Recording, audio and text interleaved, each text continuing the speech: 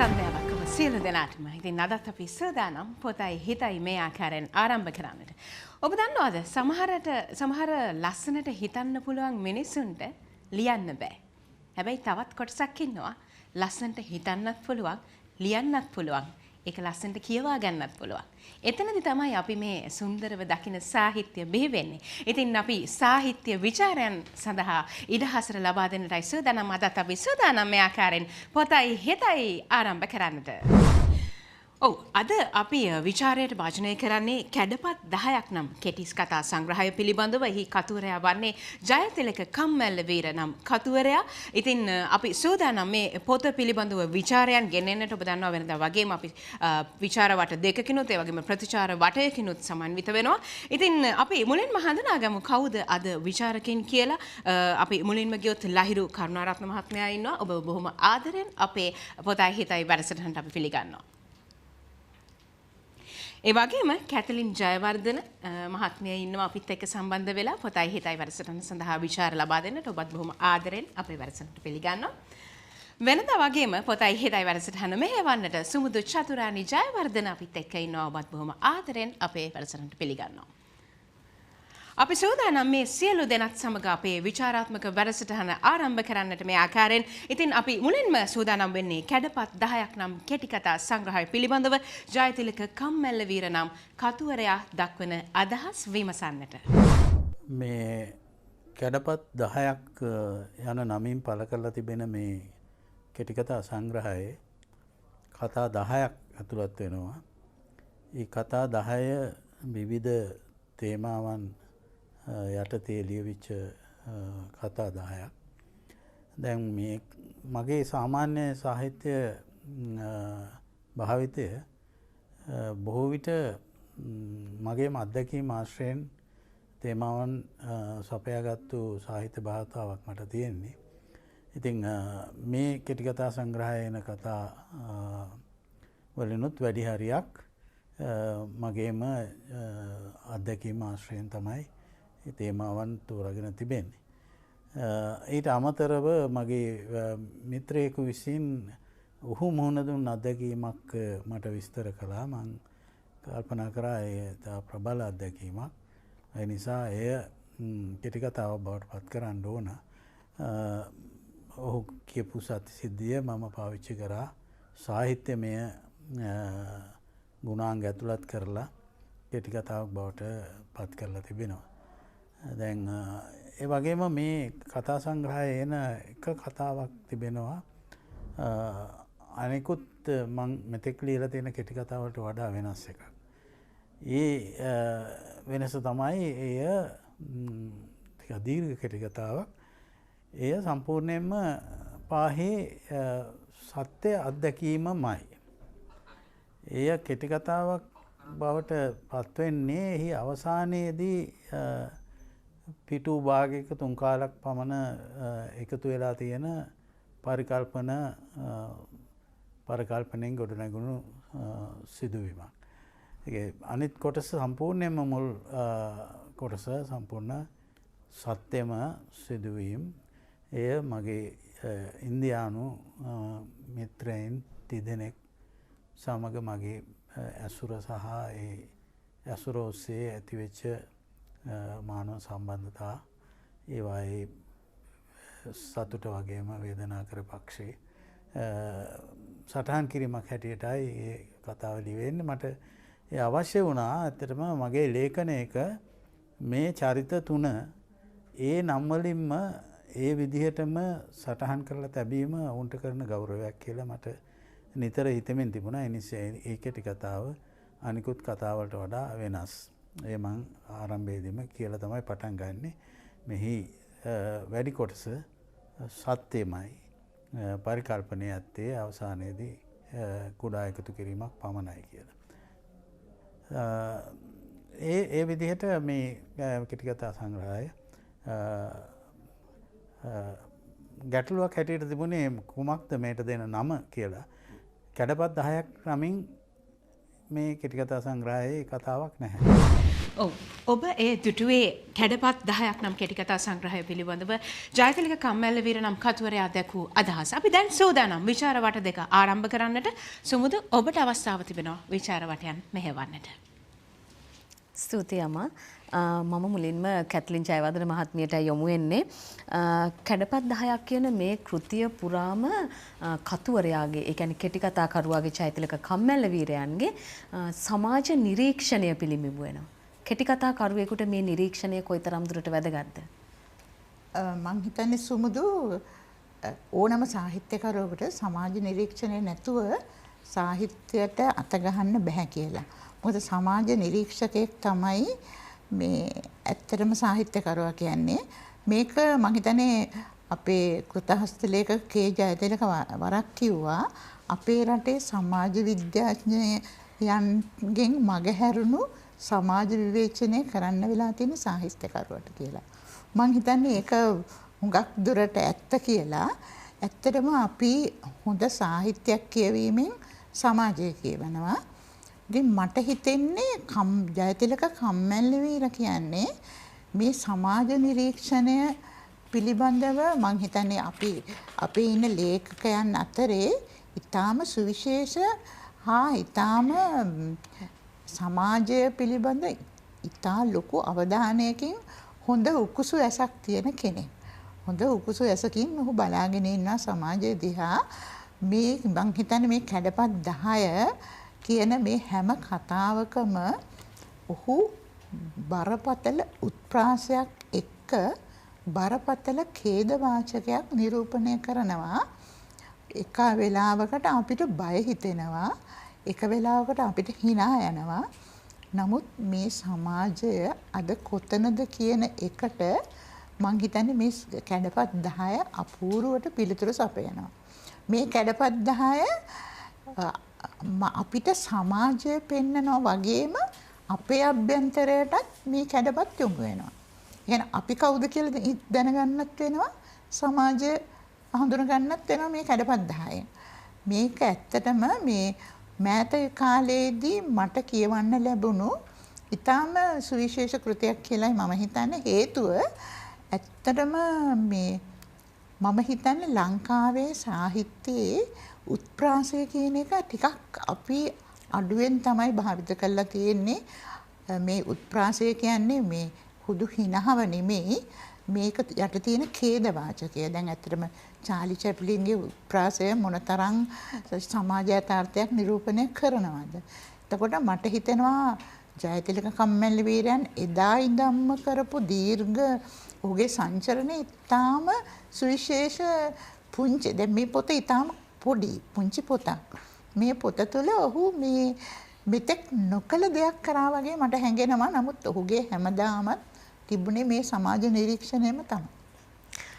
ලහිරු අපි මේ නිර්මාණකරුවෙකුට අත්දැකීම් කොච්චර වැදගත්ද කියන කාරණේ කතා කරොත් ඔබත් කවියෙක් ඔබටත් නිර්මාණවලදී ඔබේ අත්දැකීම් බලපානවා. අත්දැකීම් කියන දේ එකතු කර ගැනීම සහ අත්දැකීම් ප්‍රසාරණය කර ගැනීම කියන කාරණේදී නිර්මාණකරුවට මොන වගේ දෙයක්ද ඒ අත්දැකීම් වලින් ලැබෙන්නේ? මේ අත්දැකීම් ගැන කතා කරද්දී මට මූලිකව මතකට එනවා මේ දිනගේ අමරකීර්තිගේ කලාව සහ මිනිසා කියන පරිවර්තන කෘතිය. ඔහු එහිදී ඇමරිකාවේ දර්ශන විද්‍යා මහාචාර්යවරයෙක් වුණු එඩ්මන්ගේ කෘතියක් එක පරිවර්තනය කරන්නේ. ඒකදී ඔහු මේ අත්දැකීම් ගැන ඉතා අපූර්ව කතාවක් කියලා තියෙනවා. මේ ජීවිතය යනු කවරාකාර වූවත්ද ඒ අත්දැකීම. අත්දැකීම කවරක් වුවත් ඒ කාලය ඔස්සේ ගලා යාම. ඒතර අපිට මේ සමස්ත ජීවිතේම මම හිතන්නේ අත්දැකීමක්.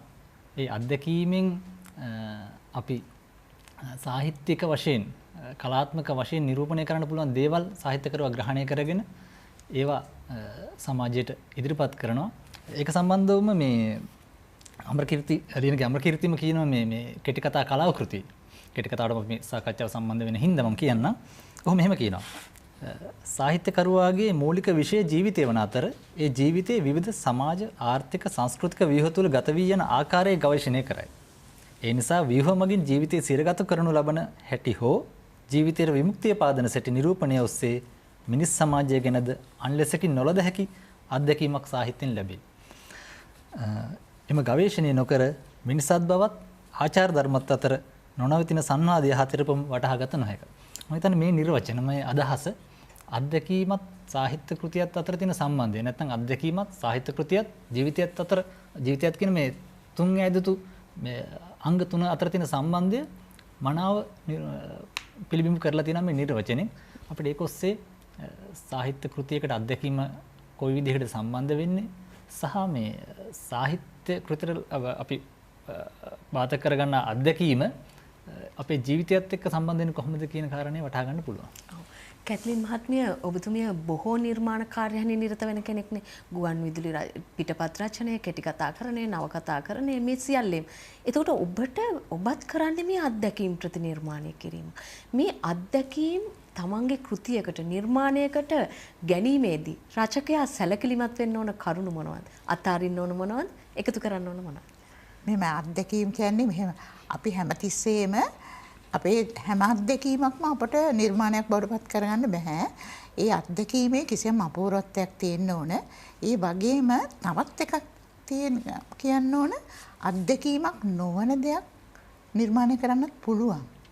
මට ඒකට පොඩි උදාහරණයක් මම කියන්නම්. ඒක මේ ආර්යරාජ කරුණා මහාචාර්ය ආර්යරාජ කරුණා සංස්කරණය කරපු ජපන් කෙටි කතා එකතුවක ඒ පරිවර්තනය තියෙනවා අපායේ දොරටුව.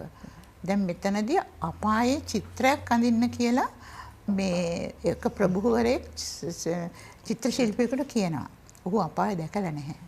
නමුත් ඔහුට වෙනවා අපාය අඳින්න. දැන් මෙතනදී දැන් අපි දිව්‍ය ලෝකේ දැකලත් නැහැ. නමුත් නිර්මාණකරුවෙක් හැටියට දිව්‍ය ලෝකයත් අපායත් පරිකල්පනය කිරීමේ එක්තරා ශක්තිතාවයක් නිර්මාණකරුවරු තියෙන්න ඕන. අපි අහල් ඒතකොට මරණය. දැන් මරණය පරිකල්පනය කරන්න පුළුවන් ඉතා අපූර්වට. එහෙම කරපු අවස්ථා තියෙනවානේ. නේ? ඉතින් මං හිතන්නේ මේ අත්දැකීම වගේම අත්දැකීමක් නොවන දේ පරිකල්පනය කරන්න පුළුවනි. ඒකේ අවුලක් නැහැ. නමුත් ඒක ඉදිරිපත් කරන ආකාරය ඒක තමයි වැදගත් වෙන්නේ. මං හිතන්නේ ඇත්තටම මෙතනදී ප්‍රධානම දේ තමයි ලේඛකයාගේ ඒ කුසලතාව. ඒ කුසලතාව නැතුව මේ මොන අත්දැකීම තිබුණත් වැඩක් නැහැ. අත්දැකීම් ඉතාම හොඳ අත්දැකීම් තියෙනවා සාමාන්‍ය ජනතාවට. ඒවා ප්‍රතිනිර්මාණය කළ යුතු ආකාරය තමයි දන්නේ නැත්තේ. ඉතින් ඒක නිසා මට හිතෙන්නේ මේකට මං හිතන්නේ තියෙන ಭಾರತೀಯ අලංකාරකයන්ගේ ප්‍රතිභා කියන වචනේ යොදන්න වෙනවා. මොකද මේක නිකන් මේ පාසලකින් විශ්වවිද්‍යාලයකින් ඉගෙන ගන්න පුළුවන් දෙයක් නෙමෙයි. පාඨමාලාවකින් උගන්වන්න පුළුවන් දෙයක්වත් නෙමෙයි. මේකට මට නම් ආසන්නම වචනේ ප්‍රතිභාම තමයි. වෙන ඒ වගේ පුංචි වචනයක් මට යොදා ගන්න අමාරුයි. ඒක ඒ ලේඛකයා හෝ කලාකරුවා හෝ නිර්මාණකරුවාට කියන දෙයක්. එහෙම නොවන කෙනෙකුට අත්දැකීම් ලෝකයේ තියෙන විශිෂ්ටම හා බියකරුම අත්දැකීම් ලැබුවත් ඒක තේරුම් නැහැ. ලහිරු මේ අපි හරි හොඳ තැනකට ආව. දැන් අත්දැකීම සහ පරිකල්පනය කියන කාරණය දැන් ජයතිලක කම්මැල්ලවීරයන්ගේ සම්පූර්ණ නිර්මාණ ගමන දිහාම බැලුවම අපිට පේනවා එතුමා ලියන්නේ තමන්ගේ අත්දැකීම්. ඒ අත්දැකීම් වලට පරිකල්පනය මුසු වෙනවා. ඔබ කැටපත් 10ක් ඇතුලේ මේ අත්දැකීම සහ පරිකල්පනය නිර්මාණය වෙච්ච විදිහේ විශේෂත්වය කොහොමද දකින්නේ? ඔව්. දැන් ජයතිලක කම්මැල්ලවීරයන් මූලිකවම ඔහු අත්දැකීම් ඔහුට ඔහුගේ ජීවන භාවිතය ගත්තත් ඔහුට විශාල අත්දැකීම් පරාසයක් ගමනක් ඔහුට තියෙනවා. එතකොට ඔහු මේ අත්දැකීම කෙටි කතාවට තෝරගන්නේ කොහොමද කියන කාරණය කතා කරද්දී මේ දැන් අපි ගමුකෝ දැන් මේ පරණ යකඩ වගේ කතාවක්. මේක ඊටාම මේ සුලභ අත්දැකීමක් කියලා අපිට කියන්නත් පුළුවන්. දුම්රිය සේවයේ වැඩ කරපු කම්කරුවෙක් ඉන්නවා. ඔහුට රැකියාව විශ්‍රාම ගිහිල්ලා රැකියාව නිසා ඔහුට කකුලක් අහිමි වෙලා තියෙනවා. ඕක තමයි මේකේ තියෙන සිද්ධිය. ඊට පස්සේ මේ ඔහු මේ ස්ටේෂන් එකට හැමදාම යනවා වෙනවා. මේ නිරීක්ෂකයා දකිනවා මොහු ස්ටේෂන් එකටලා ඉන්නවා. මේක වෙන්න පුළුවන් මේකේ අත්දැකීම අපි නිශ්චිතව අත්දැකීම දන්නේ නැති වුණත්. හැබැයි ඔහු ඒක කෙටි කතාවකට ගෙනෙද්දී මේක දර්ශන රාමු පහකට අපිට පෙන්වනවා. දර්ශන රාමු පහකින් මේ කතාව ගොඩනගනවා ඔහු. ඒ කතාව ගොඩනගීම හරහා මේ සයිනරිස් කියන මේ කම්කරුවගේ මේ සේවකයාගේ ජීවිතේ අපි නොදකින පැත්තක් අපිට විවර කරලා පෙන්නනවා. ඔහු සහ ඔහුගේ රැකියාව අතර තියෙන සම්බන්ධය, ඔහුට ඔහුගේ ජීවිතය ඇතුළාන්තය යම්කිසි විවර කිරීමක් කරලා පෙන්නනවා. අර අත්දැකීම. ඒ අත්දැකීම අර මෙතනදී ඔහු එකම දෙයක් කරලා තියෙන්නේ මේ කම්කරුවාගේ ජීවිතය ගත වුණ ආකාරය අවස්ථා පහක් රූපරාම පහක් ඔස්සේ නිරූපණය කිරීම පමණයි කරලා තියෙන්නේ. මම හිතන්නේ අන්නේ කාරණේ තමයි මේ අත්දැකීමක් සාහිත්‍ය තලයට ඔසවා තබනවා. සාමාන්‍ය පොළවේ තියෙන අත්දැකීමක් සාහිත්‍යක තලයට ඔසවා තැබීමේදී නිර්මාණකාරය කරන්නේ ඔය කියන පරිකල්පනාත්මක කාර්යය. ඇත්තටම කැටලින් මහත්මිය දැන් මේ පොත අතට ගත්තම මේක කියවගෙන යද්දී දැන් ඔබ පිටපත් රචකයෙක් විදියට වැඩිම මේක දැනෙනවා ඇති. මේක අපිට රූප රාමුම වෙනවා. මේ දෘශ්‍ය රූප සහ මේ අකුරු රූප කියන එක හරි අපූර්වට කම්මැලි වීරයන් ගලපනවා. මේ ගැන කතා කරත් ඇත්තටම ඒ කියන්නේ ඒක නම් අති විශේෂයි. ඇත්තටම මට හිතුණා ඇත්තටම මම ගුවන්විදුලි නාට්‍යයක් ලියන්න ඕන කියලා. මේකේ තියෙන මේ Facebook මේ කවියා කියන මේ කෙටි කතාව ආශ්‍රිතව ඒක ඉතාම සුන්දර විදිහට ලියන්න පුළුවන් නාට්‍යයක්. මම හිතන්නේ ඇත්තටම ඒක රූපම වෙනවා. කම්මැලි වීරයන්ගේ අර නිර්ව්‍යාජ මේ භාෂාව. ඇත්තටම ඒකට මම කියන්නේ නිර්ව්‍යාජ මේ හැඟීම් හා ඉස්සෙල්ලාම කියන්න ඕන මට හිතෙනවා මේ සුමුදු ලේඛකයෙක් සාහිත්‍යකරුවෙක් ඉස්සෙල්ලාම නිර්ව්‍යාජ මිනිහෙක් වෙන්න ඕන. මට හිතෙන්නේ නිර්ව්‍යාජ මිනිස්සෙකුට තමයි නිර්ව්‍යාජ නිර්මාණයක් මේ එළියට දාන්න පුළුවන්. මෙතනදී මම මේ නිර්ව්‍යාජ කියන එකෙන් අදහස් කරන්නේ මේ සියලු පස්පවින් තොර කියන එක නෙමෙයි. හොඳේ? ඒ කියන්නේ එකම දේ ව්‍යාජත්වයෙන් තොර වීම. ඔන්න ඕක මම හිතන්නේ කම්මැලි වීරයන්ගේ හැම පොතකම හැම නවකතාවකම හැම කෙටි කතාවකම එයා ලොකු මේ පෙළහරක් පාන්න හදන්නේ මේ පරිසර වර්ණනා විස්තර ගොඩක් කියන්නේ නැහැ. එයා ඍජුව Tamanට කියන්න ඕන දේ විතරයි කියන්නේ. ඒක මම හොඳටම මේ සැලකිල්ලෙන් බලපු දෙයක්. නමුත් ඇත්තටම මේ ඒක පාඨකයාට ඒක පුදුමාකාර රුචිකර ගතියක් තියෙනවා. ඒක කියවගෙන යන්න. ඒක ඔහුගේ භාෂාවේ ඒ කියන්නේ ඒක නිකන් හොදලා ගත්ත වචන ටිකක් වගේ තියෙන ඒකට අත්‍යවශ්‍ය වචන ටික. සමහර දෙබස් තියෙනවා ඔහු ඇත්තටම මේ ගුවන්විදුලි රචකයෙක් නාට්‍ය රචකයෙකුට ඉතාම ගැළපෙනවා ඔහු කියලා මට හිතුණා. මොකද ඒ දෙබස් දෙකෙන් තුනෙන් සියල්ලම මේ මුළු කතන්දරේම නිරූපණය වෙනවා. අනිත් විශේෂත්වය මේ කම්මැලි වීරයන්ගේ භාෂාවේ තියෙන කෙටි වැකි භාවිතය. ඉතාමත් කෙටි වැකි. දීර්ඝ වැකි ඇත්තෙම නැති තරම්. ඔව් කියන්නේ බොහොම මේක කම්මැලි වීරයන්ගේ කළු සපත්තුවේ ඉඳන් අද දක්වා ඒ භාෂා විලාසයේ ඇත්තටම මට හිතෙනවා කම්මැලි වීරයන් ගොඩක් මේ අපි දැන් කෙටි කතා කියව කියන ශානරේ විවිධ වෙනස්කම් ආකෘතික වෙනස්කම් ගොඩක් වුණා. නමුත් ඒවා පිළිබඳව දැනගත්තට ඒවා අනුකරණය කරන්න ඔහු උත්සාහ කළා කියලා මට පේන්නේ නැහැ.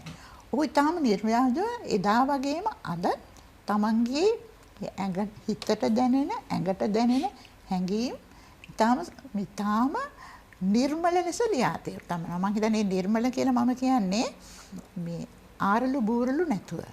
ඊටාම ලස්සනට ලියනවා. ඒක තමයි ඔහුගේ තියෙන විශේෂත්වය. ඇත්තටම ලහිරු දැන් කැට්ලින් මහත්මිය මතු කරා ආරලු බූරලු නැතුව. ඒ කියන්නේ වර්ණනා නැතුව ලියනවා කියලා. අපි පුරුදු වෙලා ඉන්නවා කතන්දර අහන්න හාත්පස වර්ණනා එක්ක. එතකොට සමහර පාඨකයෙකුට මේක ගිලිහෙන්න පුළුවන්ද මේ බොහොම ඍජු ප්‍රකාශන ගතිය වැඩි කියලා? මම හිතන්නේ ඒක කම්මැලිවර සම්බන්ධයෙන් අපිට එහෙම කියන්න බෑ. ඒක ඔහු නිර්මාණ වලින්ම පෙන්නලා තියෙනවා.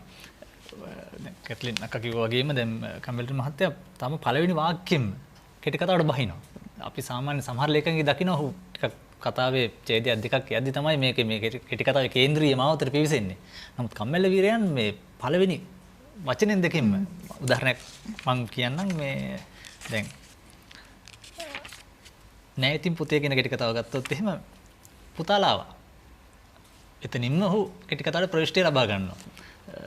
හැබැයි එහෙම කියලා අපිට අර වර්ණනා කාව්‍යෝක්තිමය භාෂාව ඒක නැහැ කියලා මේ කඩුවක් විතර දෙකෙන්නේ නැහැ. මොකද ඔහුගේ මේ සංරචනය ඔහුගේ සමස්ත සංරචනය ඇතුලේ මේ කතාවේ ඉල්ලා සිටින මට්ටමට පත් කරනවා ඒ විදිහේ භාෂාවක්.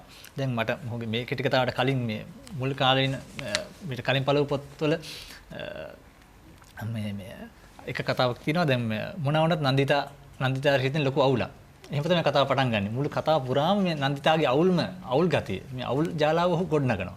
ඉතින් මම හිතන්නේ එහෙම භාෂා භාවිතයක යෙදෙද්දී අර කියන කාව්‍යෝක්ති සහ විශාල වර්ණනා පරිසර පසුබිම් ගොඩනැගීම අපි රුසියානු සාහිත්‍යය දකිනවා වගේ ඒක නැහැ කියලා මේක අඩුවක් කියලා කියන්න බෑ.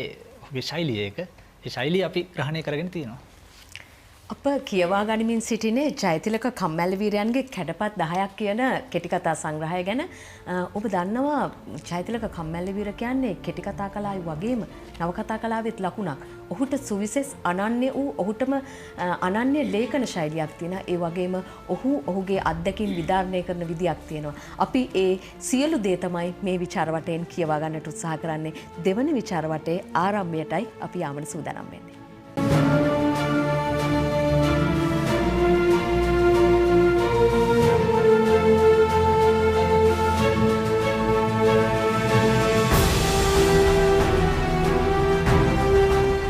අපි අද කතා කරමින් සිටින්නේ කැඩපත් 10ක් නම් කෙටි කතා සංග්‍රහය පිළිබඳව ජයතිලක කම්මැලිවීර තමයි එහි කතුවරයා වන්නේ. කැට්ලින් ජයවර්ධන මහත්මිය එක තැනක හරි අපූර්ව කතාවක් කියනවා. නිර්වාජ මිනිසෙකුට තමයි නිර්මාණයක් කරන්නට පුළුවන් කියලා. බොහොම ස්තුතියි ඒ කතාවට. ඉතින් අපි සූදානම් මේ පිළිබඳව තව කතා කරන්නට දෙවනි විචාර වටේට යන්නටයි සූදානම. ඔබට අවස්ථාව තියෙනවා සුමුද? ස්තුතියි අම්මා. කැට්ලින් ජයවර්ධන මහත්මිය මතු කර අමාත් කිව්ව විදියටම නිර්වාච මිනිහෙකුට තමයි කියලා නිර්වාච කෘතියක් ලියන්නට පුළුවන්. අපි ජීවත් වෙන සමාජයේ කැට්ලින් මහත්මිය අපි දකිනවා ද්විරූප මිනිසුන්. හැබැයි ද්විරූප නිර්මාණකරුවන් අතර ඊට අපූර්ව නිර්මාණ බිහි වෙනවත් දැකලා තියෙනවා. සමහරු අපිට ඒක කියලා දෙන ගමන් ජීවිතයෙන් වෙනස් විදියකට අපිට අත්දැකීම් ලබා දෙනවා. ඔව් ඉතින් මෙහෙමයි මේ ඇත්තටම මම හිතන්නේ මේ ලියෝ ටෝල්ස්ටෝයි කියන මහා ලේඛකයා කිව්වා ලේඛකයාගේ නිර්ව්‍යාජ භාවය මත තමයි ඕනම කෘතියක් ඒක ඊටාම සාර්ථක වෙන්නේ ලේඛකයාගේ නිර්ව්‍යාජ භාවය මත කියලා. නමුත් ටෝල්ස්ටෝයි කිව්වත් නොකිව්වත් ඇත්ත ඒක තමයි. ඒ කියන්නේ මෙහෙමයි තමන් අනිත් මේතනින් කියවෙන්නේ මුළු ජීවිතේම අවංක වෙන කිසිම පවක් නොකරන කිසිම බොරුවක් නොකියන එක කියන එක නෙමෙයි. නමුත් තමන් කරන දේට තමන්ගේ සාහිත්‍ය කටයුත්තට අවංක වෙන්න ඕන. හැබැයි ඉතින් එහෙම අවංක වෙන්න පුළුවන් නිර්ව්‍යාජ වෙන්න පුළුවන්නොත් අර මම කියපු හැකියාව අර ප්‍රතිභාව කියන එක තියෙනකොට. එහෙම නැත්තම් බොරුවක් කරන්න වෙනවා. එහෙම ඒක තමයි ඒක පාඨකයාට දැනෙනවා. ඒ වගේ පොතක් අපිට එක පිටුවක් කියවනකොට තේරෙනවා මේ ලේඛකයෙක්ද නැද්ද කියන එක. ඒක තමයි තියෙන වෙනස. ඉතින් මං හිතන්නේ මේ කම්මැලිවීරයන්ගේ මේ පොත ගැන කතා කරනකොට මට හිතෙන්නේ ඇත්තටම අපි ඉන්නේ කොතනද? තව ටික කාලයක් යනකොට අපිට අපේ මේ හෘද සාක්ෂිය සාරධර්ම කියන වචන අපිට අපේ ශබ්දකෝෂ වලින් පවා ඉවත් කරගන්න වෙයිද කියලා හිතෙනවා. ඇත්තටම එහෙම ස්වභාවයක් තමයි. එහෙම ස්වභාවයක් කරා අපි ගමන් කරමින් ඉන්නවා කියන එකට මේ කෙටි කතා 10ම සාක්ෂි දරනවා කියලා මට හිතෙනවා. ලහිරු මේ කැට්ලින් මහත්මිය කිව්ව විදියටම අර මේ කෙටි කතා 10 කියවා ගනිද්දී කම්මැල්ල වීරයන් තමන් ගැනම ආත්ම අනුකම්පාවෙන්ද මේවා ලියන්නේ කියලා හිතෙනවා. ඔබට දැනුණාද එහෙම? ඔව් මම හිතන්නේ කම්මැලිවරුන් යන දශක කිහිපයක් මේ ලේඛනය ඔස්සේ ගත කරලා ඔහුගේ මේ අවධියේ මේ වැඩිහිටි අවධියේදී ඔහුට එහෙම හිතෙන්න පුළුවන්.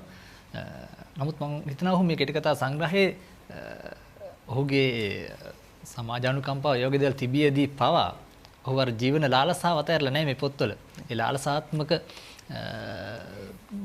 මානව හැඟීම බහැර නොකර තමයි ඔහු මේ හැම කෘතියක්ම හැම නිර්මාණයක්ම කරලා තියෙන්නේ. කැට්ලින් මහත්මිය මේ කම්මැලි වීරයන්ගේ කතාවල අපි බොහොම හොඳට දකින්නට ලැබෙන ලක්ෂණෙහි දේශපාලනික පසුබිමනේ. ඔහු ගොඩනගන කතාව ඇතුලේ අපට කියාපානවා දේශපාලනික යථාර්ථයක්. ඔව් සමුදු දැන් අර ඇත්තමයි මේ ලහිරු කිව්වා වගේ. නමුත් ඔහුගේ කෙටි කතාවල ඛේදයේ යටින් තිබුණට ඔහු ඒ වෙනුවෙන් අඬන වැළපෙන බවක් අපිට දැනෙන්නේ නැහැ. ඒ කියන්නේ සමහර ලේඛකයින්ගේ සමහර නවකතා හා කෙටි කතා දුක නිකන් ග්‍රහණය කරගෙන පශ්චාත්තාපය වේදනාව එහෙම එකක් මේ කම්මැලි විරන් කෙටි කතාවල නෑ. ඔහු පෙන්වන්නේ සමාජ යථාර්ථය ඇත්තටම කැඩපතක් අල්ලනවා. ඒ කැඩපත අල්ලනවා. ඒක අඬන එක හෝ hina වෙන එක අපිට අයිතිකාරයක්. ඔහු කරන්න යන්නේ ඒකට මේ අපට අඬන්න අපේ ඇස්වලට මුකුත් දාන්නේ නැහැ. ඔහු සමාජ යථාර්ථය නිරූපණය කරනවා විතරයි. ඒක තුළ අපට ඒ සියලු හැඟීම් දුක් වේදනාව ඔක්කොම ඇති වෙනවා. නමුත් මේක තමයි සමාජ යථාර්ථය කියන එක අපිට තේරුම් යනවා. එහෙම නැතුව ඔහු මේ දැන් ඇත්තටම දුප්පත්කම නිසා ඇති වෙන වේදනා ඒව ඔහු ලියන්නේ නැහැ. එහෙම ලියලා නැහැ. මම හිතන්නේ මේක තමයි මේ යථාර්ථය පෙන්눔 කරන එක මිසක් අපිව අඬවන්න උත්සාහ කළ යුතු නැහැ කියලායි මම හිතන්නේ.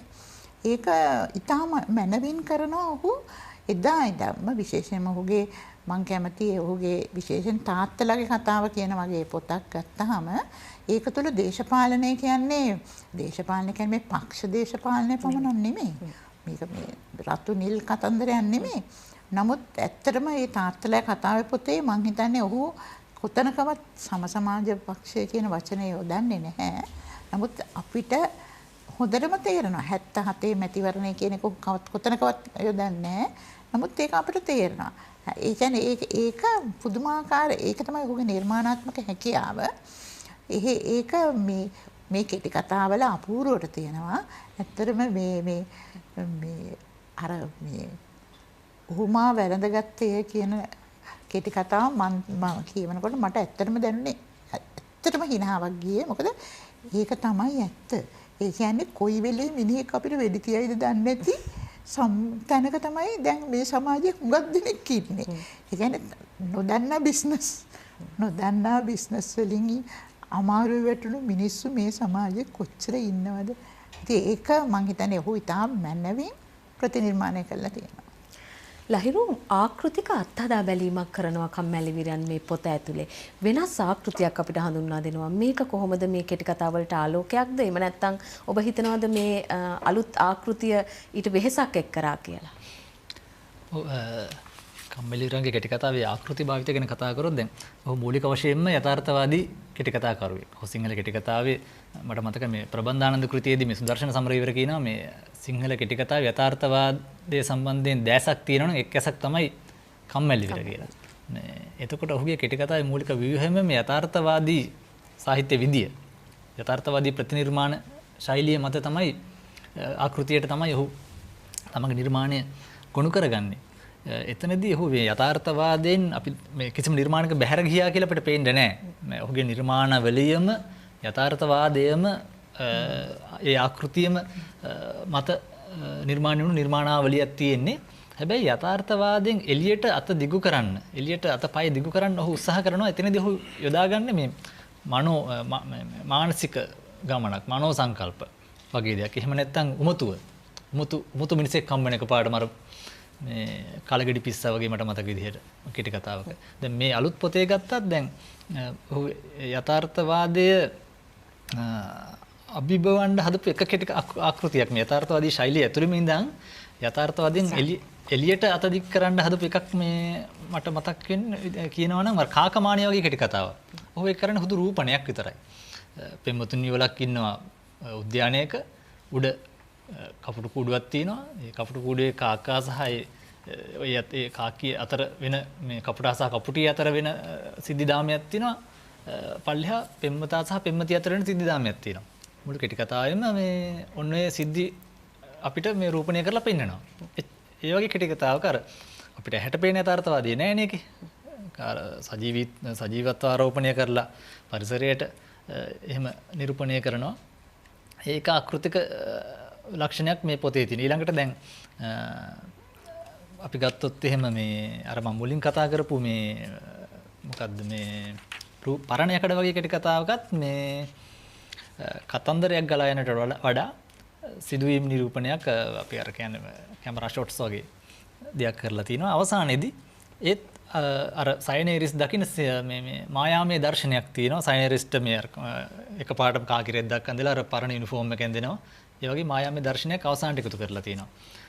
අන්න ඒ වගේ ආකෘතික උපක්‍රම පාවිච්චි කරලා තියෙනවා. හැරෙන්න ඔහු විශේෂ මේ අපි පශ්චාත්‍ය යථාර්ථවාදී වගේ ආකෘතික උපක්‍රම වලට යන්නේ හොට අවශ්‍යත් නැහැ. කම්මැලිර කියන්නේ යථාර්ථවාද මුලින් සුදර්ශනික පොතේ තිබුණා වගේම යථාර්ථවාදී සිංහල කෙටි කතාවේ යථාර්ථවාදී සාහිත්‍ය විදියේ දෑසින් එකක් තමයි කම්මැලිවිර කියන්නේ. ඉතින් ඔහු ඒ යථාර්ථවාදී තවදුරටත් පුළුල් කරමින් වැදගත්ම දේ යථාර්ථවාදී අවසන් නැහැ. යථාර්ථවාදයට තව ගමන් කරන්න පුළුවන්. තව යථාර්ථවාදී නිම්වලට තව පුළුල් කරන්න පුළුවන් කියන තව මේකෙන් වැඩ ගන්න පුළුවන් කියන එක දැඩිව කියන සාහිත්‍යකරුවෙක් තමයි කම්මැලිවිර කියන්නේ.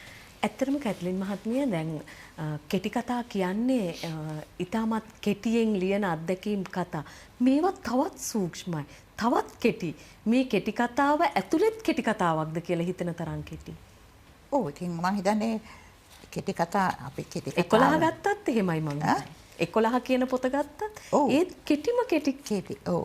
එකම දේ මෙහෙමයි. ඇත්තටම ඒ කම්මැල්ල වීරයන්ගේ ශෛලියට ඒ කෙටිවීම කියන එක ආභරණයක් වෙනවා. ඇත්තටම ඒ කියන්නේ ඒ විදිහට අර මං කිව්වා වගේ සෝදලා පිරිපහදු කළා වගේ වචන ටික හරියටම එල්ලයට අර ඊතලයේ වගේ හරියටම එල්ලයට ගමන් කරන වචන ටිකක් ඔහු ආරු බූර්ලවර මං කිව්වේ නැතුව පාවිච්චි කරනවා කෙලින්ම. එතකොට දැන් අපි එහෙම වෙන්නේ නැහැ. පාඨකයා එක එල්ලේ යනවා පාඨකයාත් ඊතලයේ වගේ ගමන් කරන්න පුළුවන් වෙනවා ඔහුගේ කෙටි කතා කියවනකොට. ඉතින් දැන් මෙතන තියෙන ඇත්තටම මේ කෙටි කතාවල තියෙන අමුතුම මේ විශේෂත්වය හැටියට මම දකින්නේ ඔහු මේ කෙටි කතාවකින් කියන වචන අතරේ මේකට එහායින් අපිට හිතන්න ලොකු අවකාශයක් ඉවර කරනවා. මේ අවකාශය මේ පුංචි වචන තියෙන්නේ මේ දෙබස් එහෙම ඊටාම ලොකු කතන්දර වලට යන්නේ නැහැ. නමුත් අපිට මේ සියල්ල මේ සමාජය පිළිබඳ සමාජයේ අපි මේ ජීවත් වෙන සමාජය අපිට පුදුමාකාර විදිහට මතක් කරලා දෙනවා. කම්මැල්ල වීරයන්ගේ චෛත්‍යලක කම්මැල්ල වීරයන්ගේ කැටපත් 10ක් කියන කෘතියයි අපි කියවා ගනිමින් සිටින්නේ. නිර්මාණකරුවාගේ ලෝකේ කොතරම් පෘථූල වුණත් ඔහුට කොතරම් සූක්ෂම ලෙස තමන්ගේ නිර්මාණයට ඒ නිර්මාණ අත්දැකීම කැටි කරන්නට පුළුවන්ද කියන කාරණේ මේ විචාරක දෙපළම මතු කරා අපි ප්‍රතිචාර වටයට යෑමටයි සූදානම් වන්නේ. ස්තුතියි සුමුදු ඔබට. මේ අපි ඇත්තටම මට එක තැනක් අපිට අතපසු වුණාද කියලා හිතනවා සුමුදු. මේ කැඩපත් 10ක් කියලා ඔහු නම් කරන්නට ඇත්තේ ඇයි කියන එක. එක තැනකදී ලහිරු කරුණාරත්න මහත්මයා එක තැනකදී සඳහන් කරනවා මේ යථාර්ථය පිළිබඳව. මේ කැඩපතින් අපි දකින්නේ මේ යථාර්ථයද කියන කාරණාව. සහ මේ කැඩපතක් ඉස්සරහට ගිහිල්ලා අපි බලන්නේ අපේ ලස්සන. එහෙම නැත්නම් අපිට පේන්නේ අපේ අවලස්සන වෙන්නට පුළුවන්. ඒ ලස්සන හෝ අවලස්සන අපි යථාර්ථයක් විදිහට පිළිගන්නටම සිද්ධ වෙනවා. ඉතින් අපි සූදානම් වෙන්නේ ප්‍රතිචාර වටය වෙත ඔබව රැගෙන යන්නට. අපි සූදානම් ජයතිලක කම්මැල්ල වීරයන් මේ මැදිරියට කැඳවන්නට අපි බලමු මේ සඳහා ඔහු දෙන ප්‍රතිචාරය කුමක් වේද කියලා.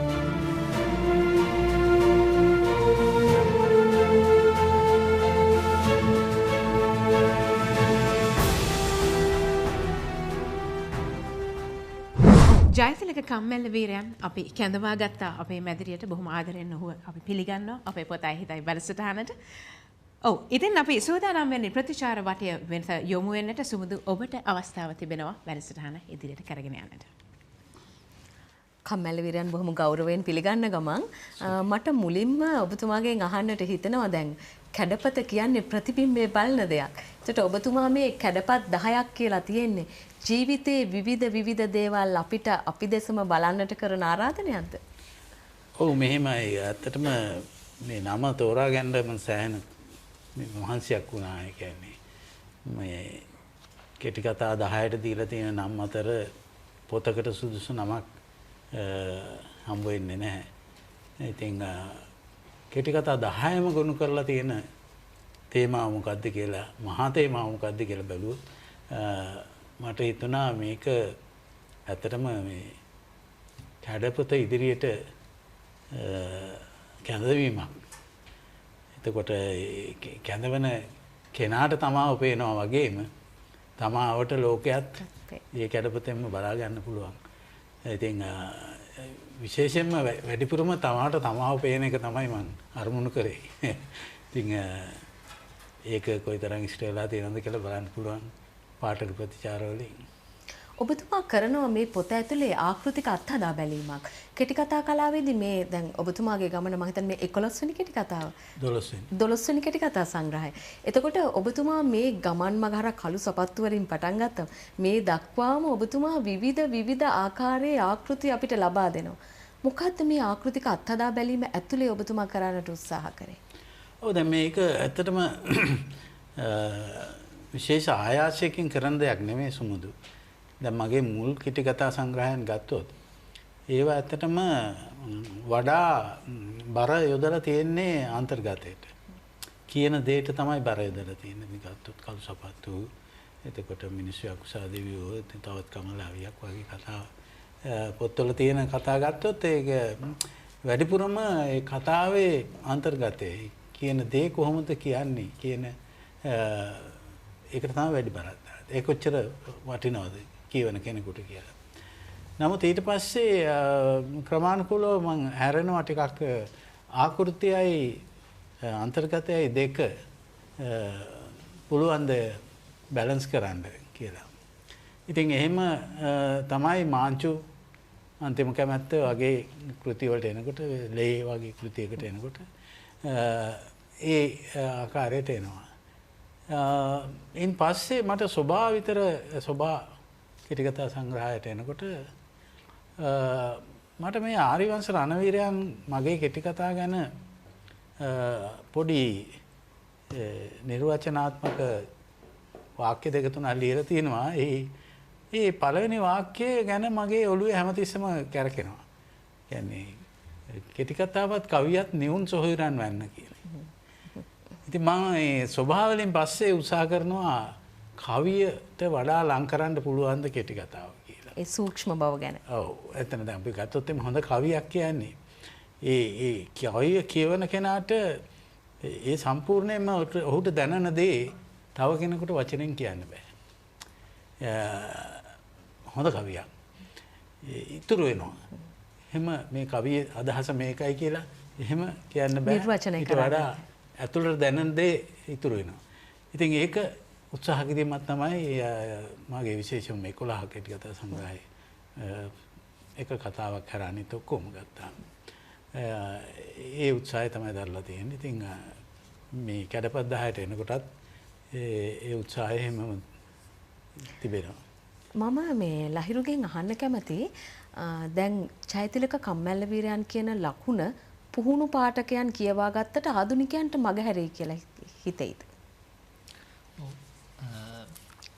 සිංහල කෙටි කතාවේ මේ කම්මැලි විතර ලකුණ ගැන කතා කරනවා නම් මේ දැන් ඔහු 1985 ඔහුගේ පළවෙනි කෘතිය පළ කරන්නේ අද වෙද්දි දශක 3කුත් තවත් අවුරුදු 5ක් රාජ්‍ය සම්මානත් හම්බ වෙනවා.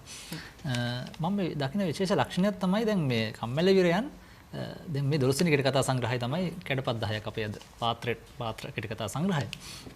මේ කෙටි කතා සංග්‍රහ 12 ඔහුගේ කෙටි කතා වලියගෙන ආපු හැරලා බලද්දි මේ මම දැක්ක විශේෂ ලක්ෂණයක් තමයි හැම අවුරුදු 2-3කට සැරයක් කෙටි කතා සංග්‍රහයක් ඔහු පළ කරලා තියෙනවා.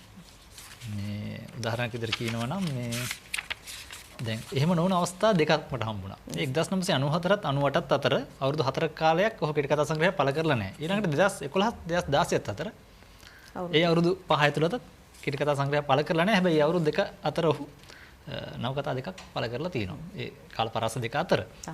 මේක මේ මම මේ ලංකාවේ කෙටි කතාකාරයන්ගේ දැකපු විශේෂ ලක්ෂණයක්. මොකද බොහෝ කෙටි කතාකරුවන් සිය මුඛ්‍ය සාහිත්‍ය මාර්ගයේ කෙටි කතාව විදිහට ප්‍රවිෂ්ඨ වෙච්ච බොහෝ කෙටි කතාකරුවන් අතරමඟදී පොඩි හැරුම් ලක්ෂයක් අරන් නවකතාවට වගේ ගිහිල්ලා මේ එතනින් කෙටි කතාව අමතක කරනවාද වගේ හැඟීමක් අපිට මහා ප්‍රභේදයට යන්න උත්සාහ කරනවා මේ දැන්ලා තියෙනවා දැන්. නිශංක විජයමාන්න මෑතකදී පළ කරා කෙටි කතා සංග්‍රහය. නමුත් තා දීර්ඝ නිහඬියාවක්. කීප් තෙලිසරගේ කෙටි කතා කරුවා වගේ දැන් දීර්ඝ කෙටි කතාවේ නිහඬතාවයක් අපි දැක්කා. සර්පයාගේ කේකේ සමන් කුමාරගේ එහෙම දැක්කා. නමුත් කම්මැලිවරන්ගේ විශේෂත්වය තමයි ඔහු තමන්ගේ මුඛ්‍ය සාහිත්‍ය මාර්ගය කියලා මම හිතනවා. ඔහු කෙටි කතා අපි කම්මැලිවර රාජ්‍ය සම්මානීය ලාභී නවකතාකරුවෙකු සම්මානලාභී නවකතාකරුවෙකු වුවත් ඔහු කෙටි කතාකරුවෙක් කියන නාමකරණය ඊට ඉහළින් කම්මැලිවර සාහිත්‍ය නාමකරණය ඊට ඉහළින් තියෙනවා කියලා මම හිතනවා. ඔහුගේ සාහිත්‍ය මාර්ගයේ මොහොතකටවත් බැහැර නොවීමේ ගුණය ලාංකේය සාහිත්‍යකරුවෙකු සාහිත්‍යකරුවන් අතර ඒ ගුණය රැකගනිමින් සිටීම ඔහුගේ සාහිත්‍යයේ විශේෂ ලක්ෂණයක්. ඊළඟට පොඩි තව කාරණාවක් කියන්න දෙනවා මේ දැන් අපි බොහෝ දෙනා මේ කම්මැලිවරයන්ගේ කෙටි කතා කියවද්දී මට හිතෙන දෙයක් තමයි අපි කොච්චර දුරට අපි කොච්චරම් අපේ ජීවිතය තුළ කෙටි කතාමය මොහොතවල වල ජීවත් වුණාද කියලා කියන දැනවීම අපිට දනවන්න මේ කම්මැලිවරයන්ගේ කෙටි කතා කියවන කම්ම අපිට බැරුණා කියලා මට හිතෙන්නේ. අපි ජීවිතය තුළ කොච්චර කෙටි කතාමය මොහොතවල වල ජීවත් වුණාද ජීවත් වෙමින් තියනවාද කියන හැඟවුම ඒ සංඥාකාරකය මතු කරලා දුන්නේ කෙටි කම්මැලිවරයන්. ඔහු කොච්චර කෙටි කතා අපි පසු කරගෙන ආවද කියන එක කියන එක මෙති කම්මැලිට ලකුණ මං හිතන ගැන අපිට යම් අදහසක් ගන්න. මම කම්මැලිවරයන්ගෙන් අහන්න කැමතියි දැන් ඔබතුමා කෙටි කතා කලාව සහ නවකතා කලාව කියන දෙකේම රාජ්‍ය සම්මාන සහ අනිකුත් සම්මාන ලබා ගන්නවා. එතකොට කෙටි කතාව කියන්නේ ඉතා සූක්ෂම මාධ්‍යයක් අත්දැකීම් ඉතා කෙටියෙන් ප්‍රකාශ කරන්නට ඕන. නවකතාවේදී අපි පරිකල්පන ලෝකය පුළුල් කරනවා. මේ දෙකේම නිරත වෙද්දී ඔබතුමාට ඇති වෙන ගැටලු මොනවද? විශේෂ ගැටලු නම් මතුවෙන්නේ නැහැ සුමුදු. නමුත් මම නවකතාවක් ලියන්න හෝ කෙටි කතාවක් ලියන්න ටිකක් දීර්ඝ කාලයක් ඔළුව ඇතුලේ වැඩ කරනවා. ඉතින් ඒක ඇත්තටම දැන් ඉතින් කුලයකට යනවා කියන එක නොදැනුවත්ව සිද්ධ වෙන්නේ. ඒකේ ඔළුවට එහා ඒක හැඩවැඩ ගන්නන්න බැරි වුණාම තමයි කොලේට යන්නේ. ඉතින් ඒකෙදි මට මේ මාධ්‍ය දෙක එහෙම ලොකු පටලැවිල්ලක් ඇති කරන්නේ නැහැ. සහ මම තෝරගන්නවා ඉතින් නවකතාවකට සුදුසු අත්දැකීමක් කවදාවත් කෙටි කතාවකින් ප්‍රකාශ කරන්න බෑ ඒ ආකාරයට. ඒ වගේම අපි කෙටි කතාවකින් කියන්න සුදුසු එකක් නවකතාවකට ගත්තොත් ඒ මම හිතන්නේ සාර්ථක නවකතාවක් වෙන්නේ නැහැ. ඉතින් මේ දෙකේ වෙනස ටිකක් හොඳින් ධාරණය කරගෙන තමයි මම ලියන්නේ. සහ මම ඇත්තටම මේ ලොකු නවකතා ලියපු කෙනෙක් නෙවෙයි. මගේ කිසිම නවකතාවක් පිටු 225කින් එහාට ගිහිල්ලා නැහැ. මට එහෙම ලියන්න ඒකත් මේ කෙටි කතා කලාවේ නිපුණ වීම කියන එක කෙටි කරගන්න බලපාන. ඒක වෙන්න පුළුවන් සමහර විට. විශේෂයෙන් මගේ චක්‍ර නවකතාව කියනකොට බොහෝ විට මේ කෙටි කතා ආකෘතියක් තියෙනවා වගේ පේනවා මේ මම දන්නවා ඒක පේනන බව. ඉතින් අමාරුයි මට ඇත්තටම පිටු 300ක් ලියන්න. ඒ කෙටි මාධ්‍යට හුරු වීම නිසා මම තුවාගෙන් සමහර විට ඒක වෙන්න ඕන. මම මේ ලහිරුගෙනුත් ඇහුවා මට හරියට උත්තරයක් හම්බුනේ නැති නිසා මම කැත්ලින් මහත්මියගෙන් අහන්න හිතුවා මේ දැන් කම්මැල වීරයන්ගේ පාඨක පිරිස ටිකක් කෙටි කතා කියවීමෙන් පරිචය ලද පාඨක පිරිසක් විය යුතුයි මේ තේරුම් ගන්න වගේ හැඟීමක් කෙනෙකුට එන්නට පුළුවන්ද? පුහුණු පාඨකයෙක් වෙන්න ඕනේද? නුපුහුණු කෙනෙකුට මේ කෙටි කතාවක් කියවපු ගමන් අවබෝධ කරගන්න හැකියාව තියෙනවා. මට නම් හිතෙනවා මේ සුමුදු එහෙම කිසිම ප්‍රශ්නයක් නැහැ. කම්මැලි වීරයන්ගේ කෙටි කතා ඒ කියන්නේ මේ මං කියවේ අර ඒවයි ලොකු ගැඹුරු දේවල් ආරලු බෝරලු නැහැ. මට හිතෙනවා ඕනම කෙනෙකුට ඒ කියන්නේ කෙටි කතාව මුලින්ම කෙටි කතාව කම්මැලි වීරයන්ගේ කෙටි කතාවක් කියවපු කෙනෙකුට උනත් ඒ කෙටි කතාව අතරමඟින් නතර නොකර ටිකටම කියවලා ඉවර කරන්න ඇති වෙනවා උත්තේජනයක් ඒ කම්මැලි වීරයන්ගේ භාෂා විලාසය හා වචන භාවිතය හා ඒ සිදුවීම් ඉදිරිපත් කරන ආකාරය නිසා. එන්නේ ඒ ගුණය නම් ඊටාම පැහැදිලිව තියෙනවා. ඒකට පුහුණු පාඨකයෙක් වෙන්න ඕනේ නැහැ. ඒක ඕන පුහුණු නොපුහුණු දෙන්නටම කම්මැලි වීරයන්ගේ කතා වල තියෙන රුචිකර ගුණය ඒකේ අඩුවක් වෙන්නේ නැහැ. ඒක ඊටාම පහසුවෙන් කියවන්න පුළුවන්. පහසුවෙන් කියවන්න පුළුවන් කියන එකෙන් මම මේ අදහස් කරන්නේ බොහොම මේ සරල කතා කියන එක නෙමෙයි. භාෂාව හරි සරලයි. වචන හරි ඕනම කෙනෙකුට තේරෙන වචන මේ කම්මැලි වීරයන් යොදන්නේ මේ අලුත් මේ ගම්බීර වචන යොදන්නේ නැහැ.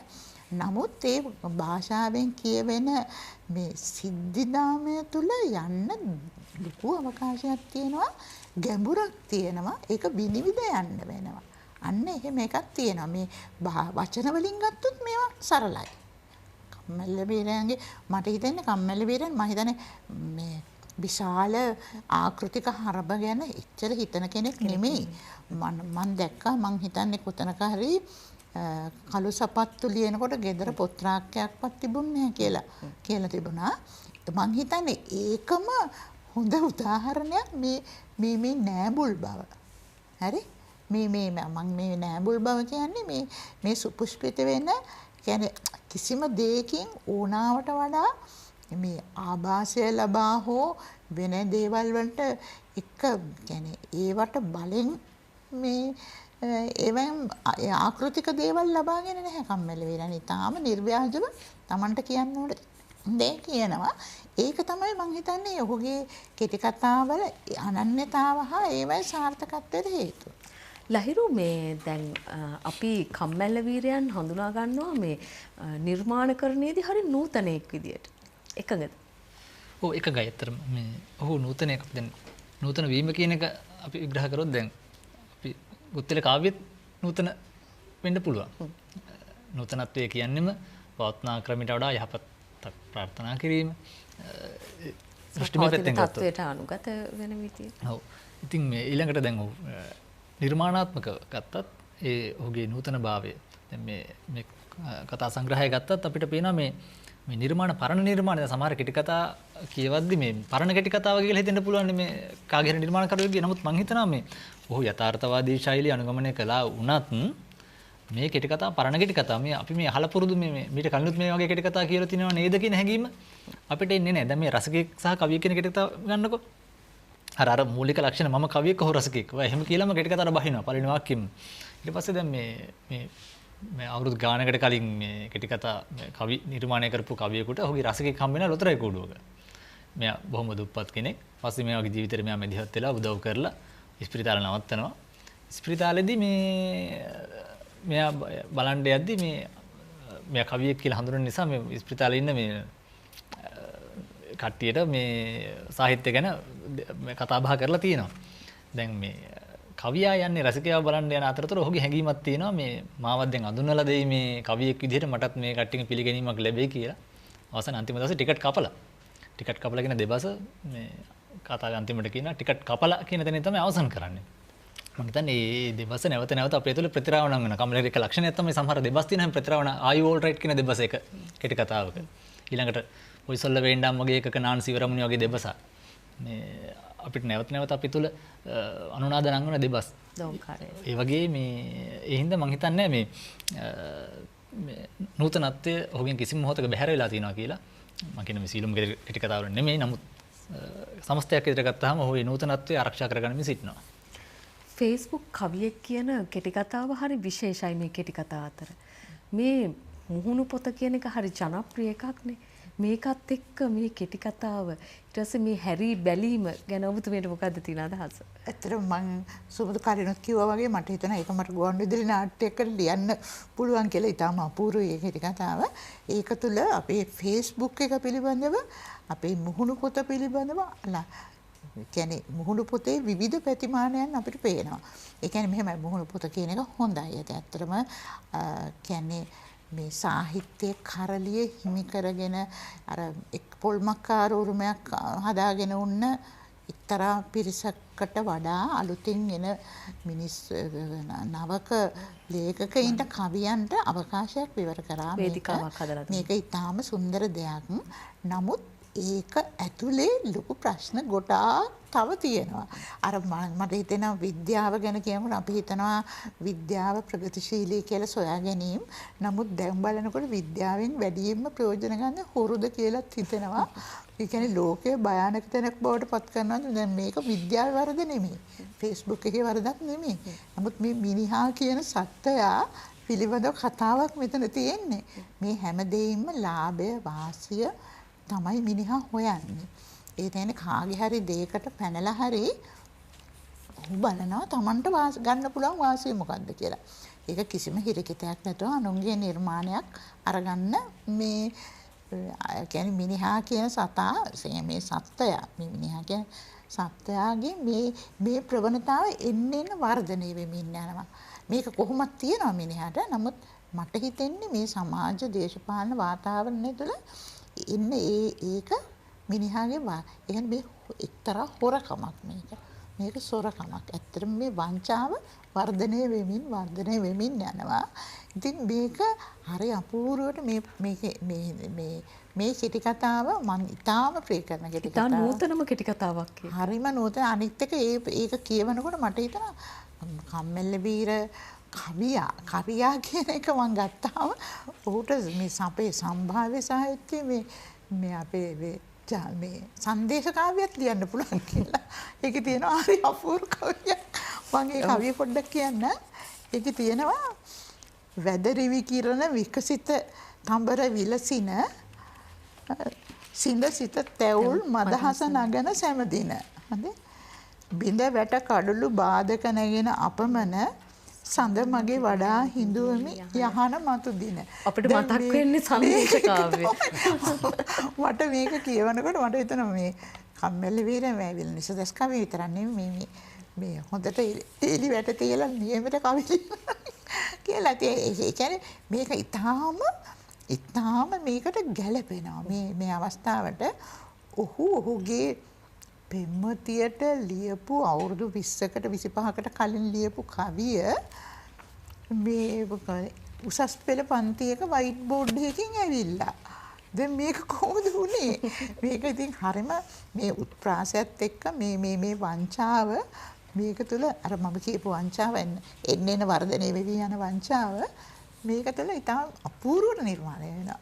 ඒක තමයි ඒකේ සුන්දරත්වය. සුමුදු අහපු එක ප්‍රශ්නයක් ගැන මට අදහසක් කියන්න දෙන්න. සුමුදු ඇහුවා මේ මගේ කෙටි කතා ටිකක් පුහුණු පාඨකෙක් ඕන නේද මේක හරියට ඉඳ ගන්න කියන එක. ඕනම කෙනෙකුට ඉඳ ගන්න පුළුවන් විදිහට ලියනවා. ඒ අතර පුහුණු පාඨකෙක් අතරපත් වුණොත් මේ කෙටි කතා මම හිතන්නේ සාමාන්‍ය පාඨකයෙකුට වඩා අහුමුළු අහුවෙන්න පටන් ගන්නවා. දැන් මේකේ වුණත් දැන් මේ ඔබ කතා කරන කෙටි කතාව වුණත් දැන් ඒ කවිය ඕනනම් මේ ඔයිට වඩා සරල වචන වලින් ලියන්න පුළුවන් නේ. පෙම් කවියක් නේ. එතකොට දැන් මේකෙන් එක දෙයක් මම කරන්න උත්සාහ කරනවා වචනෙන් නොකිය. ඒ තමයි මේ කවිය ලියන පුජ්‍යලයා වයසින් වැඩිමහලු කෙනෙක්. ඔහු අවුරුදු 20කට 30කට ඉස්සර කියවපු ඒ සම්ප්‍රදාය තමයි ඔහු වැඩි අගය කරන්නේ. ඒ සංදේශ කාව්‍යය. ඉතින් ඒ නිසා තමයි ඒ කාලේ හැඟවීමකුත් එනවා මේ වචන භාවිතය ඇතුලේ. එතකොට ඒක සාමාන්‍ය පාඨකයෙකුට අල්ලන්න බෑ. මේ පුහුණු පාඨකයට ඒක අහු වෙනවා. පුහුණු පාඨකයට තමයි අහු වෙන්නේ. ඒ කාලේ හැඟවීම. දැන් ඒ වගේ තැන් තියෙනවා. දැන් අපි මගේ එක කෙටි කතාවක මම පොයිසල් වේවෙන්ඩම් කියන කෙටි කතාවේ අවසානයේදී දැන් සිංහල තරුණයෙක් දෙමළ තරුණියකට ප්‍රේම කරනවා. නමුත් ඒක මේ අපේ සමාජ පරිසරය නිසා උන්ට එක්වෙන්න ලැබෙන්නේ නැහැ. උන්ට දෙමළ කෙනෙක් එක්කම විවාහ වෙලා දරුවෙකුත් හදාගෙන කැනඩාවට යන්න ලෑස්ති වෙලා ඉන්න අවස්ථාවක අර කතකයා සිංහල කතකයා යනවා ඒ ජෝඩුව බලන්න. ඒ ගිය වෙලාවේ සිවදාසන් කියන්නේ දැන් ඇය බැඳලා ඉන්න පුරුෂයා සිවදාසන්ගේ මුහුණ නිදහස් සිනාවකින් එළිය වැටේ කියලා මම ලියනවා. දැන් මේක සාමාන්‍ය පාඨකයෙක් කියවුවාම මේ නිදහස් සිනාව කියන එක මිස් වෙලා යනවා. නිදහස් කියන වචනේ ඇයි මෙතන නිදහස් උනේ? මේ සිවදාසන්ගේ මුහුණ අපි කියමුකෝ මද සිනාවකින් කියලා කියන්නේ නැතුව ඇයි නිදහස් සිනාවක් කියලාම කියන්නේ? කියන එක දිනු පාඨකයෙකුට විතරයි හිතෙන්නේ. ඒකට ඔහු දැන් නිදහස්. ඔහුගේ යුද බියෙන් ඔහු මේ සැඟවෙමින් හිටපු පුජ්‍යලයා දැන් කැනඩාවට යන්න වීසා ආරේමේ ලබාගෙන ඉන්නේ නිදහස් යා. මහා කතාවක් තමයි නිදහස් වචනේ ඇතුලේ තියෙන්නේ. මේ නිදහස් කියන වචනේ ඇතුලේ ලොකු කතාවක් තියෙනවා. ඉතින් අර සංක්ෂිප්ත භාවය කියන එක ඒ විදිහට තමයි ගොඩනගන්නේ. කෙටි කතාවේ සංක්ෂිප්ත. එන්න කෙටි වෙනවා කියලා මම අහගෙන හිටියා ඔයගොල්ලෝ කතා වෙනවා. ඒ කෙටි වීම ඇතුලේ අර විදිහේ උපක්‍රම ගොඩක් තියෙනවා. ඇත්තටම මට ඔබතුමාගෙන් අහන්නත් උවමනාව තියෙනවා මේ වර්ණනා බහුල භාෂාවක් නැතුව හරි ඍජු භාෂා භාවිතයක් තියෙන. කෙටි කතාවේදී ඒක මේ අර කෙනෙකුට වැඩබිමක් වගේ ඔබතුමාගේ පොත අතට ගත්තම. ඔව් ඒ භාෂාව ඇත්තටම හුඟක් කෙටි වාක්‍ය වලින් වචන අඩුවෙන් ලියලා තිබුණාට ඒ වචන විශාල විස්තරණයකට ගෙනියන්න පුළුවන්. හංගලා තියෙනවා වචන ගොඩක්. ඔව් ඇතුලේ ඒක වමනා කරන දේ දැන් එක නිදර්ශනයක් මම අහගෙන හිටියේ මේ සාකච්ඡාවේදී. දැන් අර බයිපාස් සොසයිටි එකේ ඒ සොසයිටි එකේ අනුශාසකට පත් කරගන්නේ පන්සලේ හාමුදුරුවෝ. සභාපති වෙන්නේ හමුදා නිලධාරියෙක්. මේවා වෙන වෙන දේවල් කියනවා. අපේ සමාජයේ පිළිබඳ. හාමුදුරුවන්ට ප්‍රශ්නේ තියෙන්නේ මේ සොසයිටි කියන වචනේ වෙනස් කරලා වෙන වචනයක් අපිට බැයිද දාගන්න. ඒතර බයිපාස් කියන එක මොකද්ද? වචනේ මොකද්ද? ඒක පිළිගන්නවා සිංහල ඇටියට. දැන් මෙහෙම ඒක සිංහල වචනයක් අමාරු වෙනවා බයිපාස්. ඒක සිංහල කරන්නේ සිංහල වෙලා දැන්. එතකොට දැන් ඒ වගේ. දැන් ඊළඟට ආමුද්‍රෝ කියන ක්‍රිකට් ගන්න නැතුව පිරිත් කියමු කියලා. මොකද මේ දොස්තරට සිංහල සංස්කෘතිය උගන්වනවා. දොස්තර දෙම. දොස්තරගේ ආසාව ක්‍රිකට්. හැබැයි ආමුද්‍රෝ යෝජනා කරනවා මේ ක්‍රිකට් මැච් එක වෙනුවට අපි පිරිතක් කියමු දානයක් දෙමු කියලා. මොකද එයාට අපේ සංස්කෘතිය උගන්වන්න. ඉතින් ඒවා ඇතුලේ වෙන සමාජ කතන්දර ගොඩක් තියෙනවා. කම්මැල්ල වීරයන් හරි අපූරු තැනක් රසිකයෙක් සහ කවියෙක් කියන කෙටි කතාවේ සඳහන් කරනවා. මට ඕන වෙලා තියෙන්නේ මිනිහගේ තුවාල සනීප කරවලා බෙල්ල කෙලින් කරවලා අරන් හැන්දෑවක අපේ මිදුලේ අඹ ගහයට වාඩි වෙලා පොඩි අඩියකුත් ගහන ගමන් කවි ගැන කතා බහ කරන්න. ඒ වගේ දියුණු රසිකයෙක් එක්ක මොනතරම් දේවල් කතා කරන්න පුළුවන්ද? අපි මේ දියුණු රසිකයන් එක්ක පැයක් පුරා කතා කරා කෙටි කතා කලාව ගැන. එතුමාගේ කෙටි කතාවත් එක්ක මේ කෙටි කතා සංග්‍රහයත් එක්ක අපි සමස්ත කෙටි කතා කලාව ගැනම කතා කරා. ඔබට ආරාධනා කරනවා මේ චෛතිලක කම්මැල්ල වීරයන්ගේ 12 වෙනි කෙටි කතා සංග්‍රහය කැඩපත් 10ක් කියන කෘතිය කියවා ගන්න. ඔබට විචාර සැපෙව්වා මේ දෙපළක් බොහොම අපූර්වට ඔබට පොත කියවා ගන්නට පූර්වාදර්ශ සපයා ගන්නට. අපි අද කතා බහට ලක් කරේ කැඩපත් 10ක් නම් කෙටි කතා සංග්‍රහය පිළිබඳව ජයතිලක කම්මැල්ල වීරයන් තමයි එහි කතුවරයා වූයේ. ඒ වගේම විචාරයන් සඳහා අපි කැඳවා ගත්තේ ලහිරු කරුණාරත්න මහත්මයා. බෙහෙවින්ම ස්තුතිවන්ත වෙනවා අපේ මේ සාකච්ඡාවට පැමිණීමට සම්බන්ධව. ඒ වගේම කැත්ලින් ජයවර්ධන මහත්මිය ඔබටත් බෙහෙවින්ම ස්තුතියි. පොතයි හිතයි සමගින් මේ ආකාරයෙන් එකතු වුණාට. ඒ වගේම ජයතිලක කම්මැල්ල වීර නම් කතුවරයාණනි ඔබටත් බෙහෙවින්ම ස්තුතියි අපිත් එක්ක මේ පොතයි හිතයි වැඩසටහන හැඩගලට. ඒ වගේම තමයි සුමුදු චතුරානි ජයවර්ධන බෙහෙවින්ම ස්තුතියි ඔබට අපිත් එක්ක මේ කතා බහ දිගටම කරගෙන ගියාට. ඉතින් අපි සූදානම් වෙන්නේ සමුගෙන යන්නට. කෙසේ වෙතත් ජීවිතයේ යථාර්ථවාදීව දකින්නට අපි ජීවිතේ සොයාගත්ත නැති සමහර පැතිකඩවල් මේ කතා බහ තුළින් එකතු වෙනවා. මේ කතා බහ තුළින් අපි තේරුම් ගන්නවා අපේ ජීවිතයේ යථාර්ථය. මෙය තමයි අපි පොතයි හිතයි විචාරාත්මක වැඩසටහන තුළින් බලාපොරොත්තු වෙන්නේ. අපි සූදානම් තවත් අපූර්ව අත්දැකීමක් ඔබට තිලන කරන්නට ලබන සතියේ අපි සමුගන්නවා පොතයි හිතයි වැඩසටහනෙන් ප්‍රාර්ථනා කරනවා ඔබට සුබ සතියක්.